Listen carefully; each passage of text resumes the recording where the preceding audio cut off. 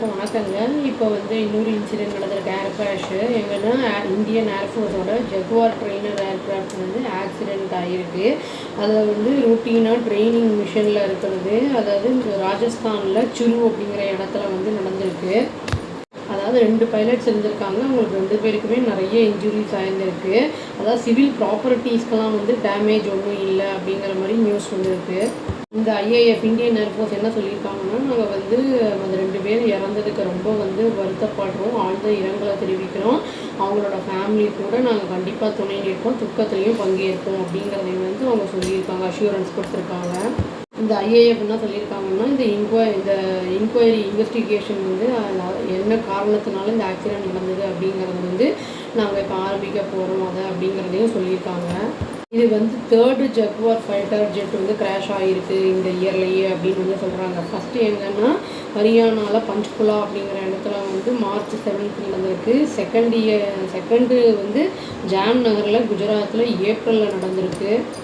இந்த ஜகுவார் ஃபைட்டர் அப்படிங்கிறது ஐஏஎஃப்னால் யூஸ் பண்ணக்கூடிய அந்த ஏர்க்ராஃப்ட் அப்படிங்கிறத சொல்கிறாங்க. இந்தியா கரண்ட்டாக இப்போ 120 சச் அந்த மாதிரி ஃபைட்டர் ஜெட்ஸை ஆப்ரேஷனில் இருக்குது அப்படிங்கிறதையும் ஐஏஎஃப் சொல்லியிருக்கு. இந்த ஃப்ளைட்ஸ் மோஸ்ட்டாக 1979 ஏர்ஃபோர்ஸ் என்ன சொல்லணும்னா ஹிந்துஸ்தான் ஏரோநாட்டிக் லிமிடெட் தான் இது பில்ட் பண்ணுது அப்படிங்கிறத சொல்கிறாங்க. இந்த டெக்னாலஜி அதாவது செபிகேட் அப்படிங்கிறத ஜாயின்ட் வெஞ்சர் பிட்வீன் ஃப்ரான்ஸு அப்புறம் பிரிகர்ட் அண்ட் பிரிட்டிஷ் ஏர்க்ராஃப்ட் கார்பரேஷன் நடுவில் அது நடக்கிறது அப்படிங்கிறத சொல்கிறாங்க.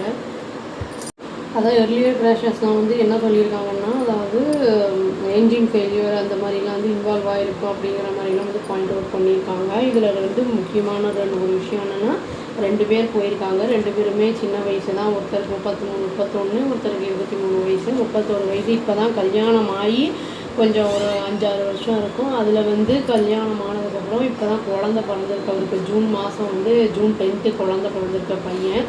அவங்களுக்கு அவங்க அம்மா வீட்டில் தான் இருக்காங்க. அவங்களுக்கு இந்த நியூஸ் போயிருக்கு. இன்னொரு பையனுக்கு ஏர்மேனுக்கு இப்போ தான் பிரைடு பார்க்கலாம் அப்படிங்கிற மாதிரி பிளானில் இருந்தாங்க அப்படிங்கிற மாதிரியும் நியூஸ் வந்திருக்கு. அங்கேருந்து வில்லேஜர்ஸ் எல்லாம் என்ன சொல்கிறாங்கன்னா, இந்த மாதிரி விழுந்த உடனேயே நிறைய பேர் பார்க்கறது ரெஸ்கியூ பண்ணணுன்னு பார்த்துருக்காங்க அந்த ஃபீல்டில். பட் அது பயங்கர டேமேஜ் ஆகியிருந்துருக்கு. அங்கே ஒன்றுமே தெரியல.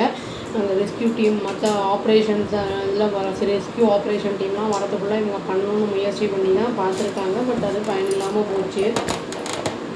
இது அக்ரிகல்ச்சரல் ஃபீல்டில் பனோடா அப்படிங்கிற வில்லேஜில் ராஜஸ்தானில், அதாவது 125 PM மதியம் 125 PMக்கு இந்த மாதிரி நடந்திருக்கு.